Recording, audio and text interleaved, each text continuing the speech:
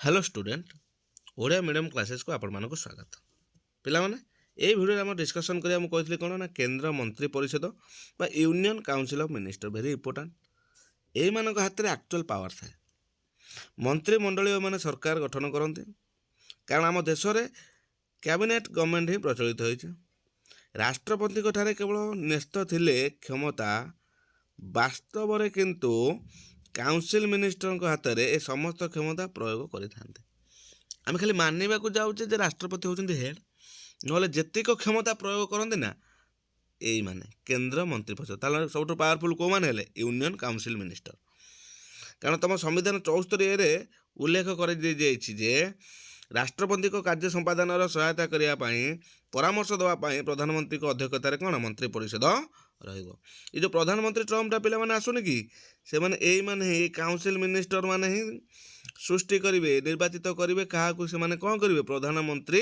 करेंगे क्लियर तेणु पावर क्या हाथ रहा यही मानक हाथ रहा से मेंबर ऑफ पार्लियामेंट सब पावरफुल पिला गठन केमती प्रधानमंत्री होउचंदी मंत्री परिषद मुख्य से प्रधानमंत्री कहुए कारण ये समस्त मंत्री मैंने बसते निर्वाचन हो सारा पर लोकसभा जो गरिष्ठ आसन लाभ कर जो राजनैतिक दल से निजर कौन ना मेंटर नेता को राष्ट्रपति प्रधानमंत्री भाव में नियुक्ति दे था से कौन करेंगे ना जो दलटी पावर को आसला सी भितर डिस्कसन कर जहाँ को तुम प्रधानमंत्री करने योग्य विवेचित करेंगे से राष्ट्रपति को कहे राष्ट्रपति कौन करेंगे नियुक्ति प्रदान करेंगे है जदि कौनसी व्यक्ति कौन हुए जदि कौनसी व्यक्ति संसदर सभ्य न थाई मंत्री भाव नियुक्ति हुए ताहले 6 मास मध्य संसद जेकोसी गृहर सभ्य भाव निर्वाचित होगा पड़ो मनकर कौन कहला पिला माने बुझ जे गोटे लोक एमपी है ना कि से मंत्री भाव नियुक्ति दि जाइछि 6 मास समय दिज्व जे से जेकोसी गोटे गृहर राज्यसभा हो कि लोकसभा हो से माने बाध्य 6 मास भितर से निर्वाचित हवा को पड़ो एमपी हो लोकसभा कि राज्यसभा नचेत कौन हम ना मंत्री पद हराइबे प्रधानमंत्री मंत्री मान भितर विभाग बंटन करते एवं विभाग मध्य अदल बदल करते बुझेगा ना मंत्री मान संख्या और मंत्री परिषद आकार और स्वरूप प्रधानमंत्री स्थिर करते आ गोटे कथा कौन ना मंत्री परिषद सभ्य संख्या लोकसभा सभ्य संख्यार 15% रु अधिक हम ना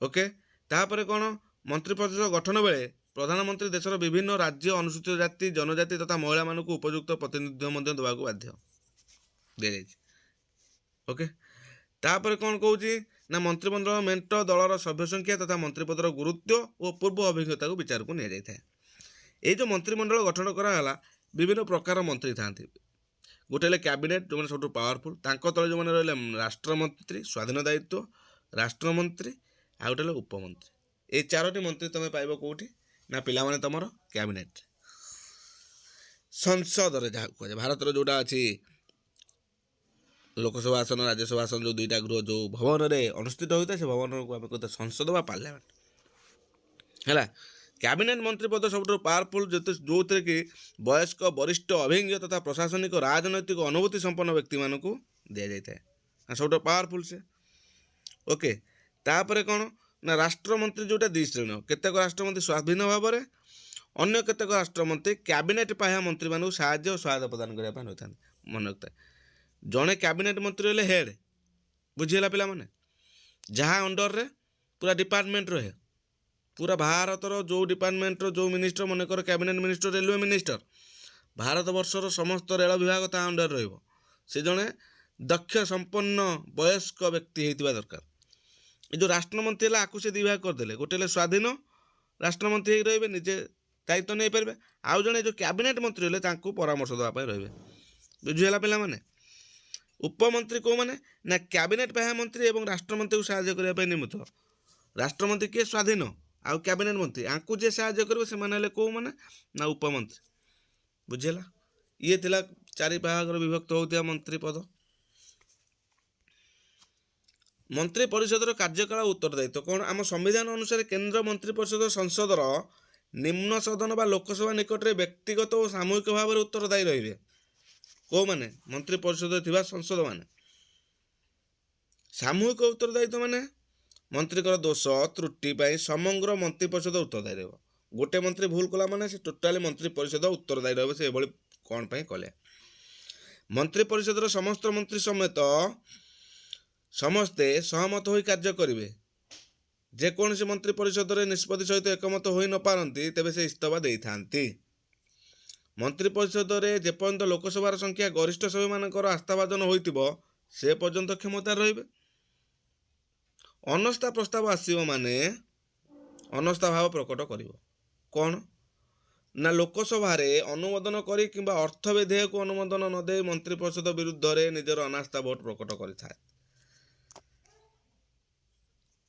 ଆଉ ବେଳେବେଳେ କ'ଣ ହୁଏ ପିଲାମାନେ ନା ସଂସଦ ନିକଟରେ ସାମୂହିକ ଭାବରେ ଉତ୍ତରଦାୟୀ ହେବା ସହିତ ମନ୍ତ୍ରୀ ପରିଷଦର ସଦସ୍ୟମାନେ ବ୍ୟକ୍ତିଗତ ଭାବରେ ଉତ୍ତରଦାୟୀ ରୁହନ୍ତି। ସାମ୍ବିଧାନିକ ବ୍ୟବସ୍ଥାର ଅନୁସାରେ ରାଷ୍ଟ୍ରପତିଙ୍କ ମର୍ଜି ଉପରେ ମନ୍ତ୍ରୀମାନେ ନିଜ ନିଜ ପଦବୀରେ ଥାଆନ୍ତି ସତ, ମାତ୍ର ଯେକୌଣସି ସମୟରେ ପ୍ରଧାନମନ୍ତ୍ରୀଙ୍କ ପରାମର୍ଶ କ୍ରମେ ରାଷ୍ଟ୍ରପତି ଯେକୌଣସି ମନ୍ତ୍ରୀଙ୍କୁ ନିଜ ପଦବୀରୁ ବରଖାସ୍ତ କରନ୍ତି। ତାମାନେ ଏଥିରୁ ଗୋଟେ ଲାଇନ୍ ବୁଝିପାରିଲ ନା ନାହିଁ? ମନ୍ତ୍ରୀମାନଙ୍କୁ ନିଯୁକ୍ତି ଦେଇଥାନ୍ତି କେଉଁମାନେ? ରାଷ୍ଟ୍ରପତିମାନେ।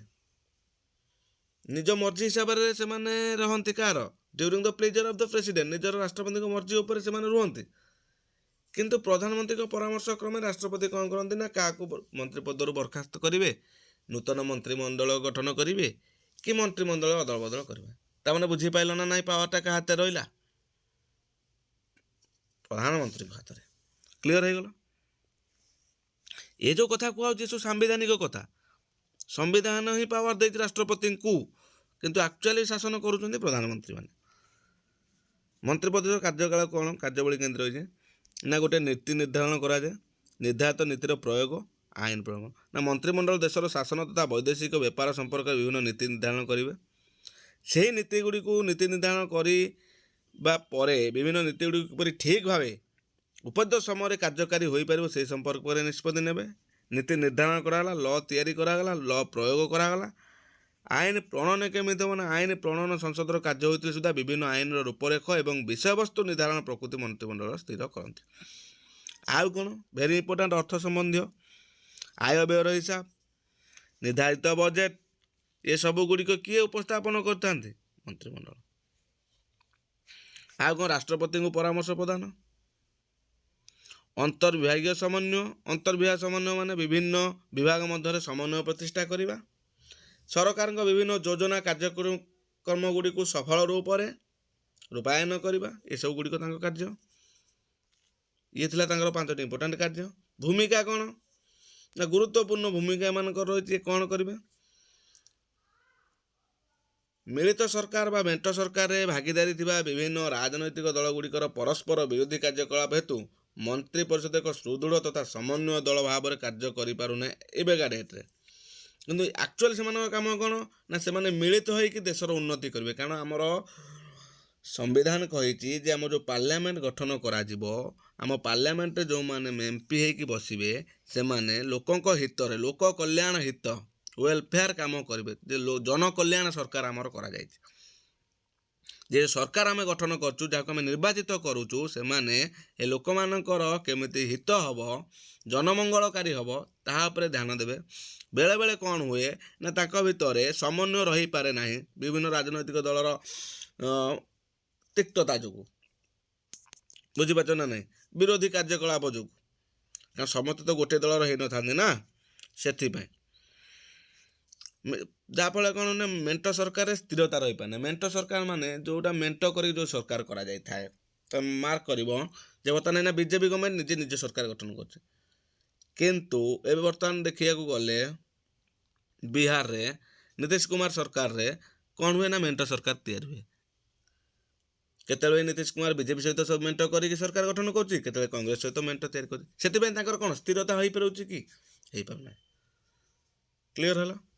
ତେଣୁ ମେଣ୍ଟ ସରକାର ଶାସନଟା ଅଧିକ ଦିନ ପର୍ଯ୍ୟନ୍ତ ଚାଲିପାରେ ନାହିଁ। ବୁଝିହେଲା?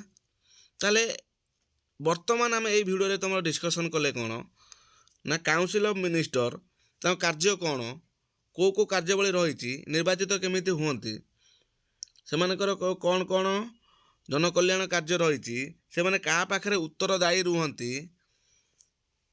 କେତେ ମାତ୍ରାରେ ଭୋଟ ହେଲା ପରେ ସେମାନେ କାହାକୁ ନିର୍ବାଚିତ କରିଥାନ୍ତି, ସଂସଦୀୟ ସଚିବ କ'ଣ, ଏସବୁ ଜିନିଷ ଗୁଡ଼ିକ ଆମେ ବର୍ତ୍ତମାନ ଡିସ୍କସନ୍ କଲେ। ପରେ ନେକ୍ସଟ ଭିଡ଼ିଓରେ ଆମେ ସବୁଠୁ ଇମ୍ପୋର୍ଟାଣ୍ଟ ଡିସ୍କସନ୍ କରିବା ଯେ ତୁମର ପ୍ରଧାନମନ୍ତ୍ରୀ the real and executive head of the India, ଯାହାକୁ ଆମେ ରିଅଲ୍ କହିଥାଉ, ଏକ୍ଜିକ୍ୟୁଟିଭ୍ ହେଡ୍ କହିଥାଉ, ପ୍ରଧାନ ସେବକ ଯାହାକୁ ଆମେ କହିଥାଉ। ଓକେ, ନେକ୍ସଟ କ୍ଲାସ୍ରେ ଆମେ ପ୍ରଧାନମନ୍ତ୍ରୀ ଉପରେ ଡିସ୍କସନ୍ କରିବା। ସେ ପର୍ଯ୍ୟନ୍ତ ବିଦାୟ ଦେଇଥାନ୍ତୁ। ଜୟ ଜଗନ୍ନାଥ।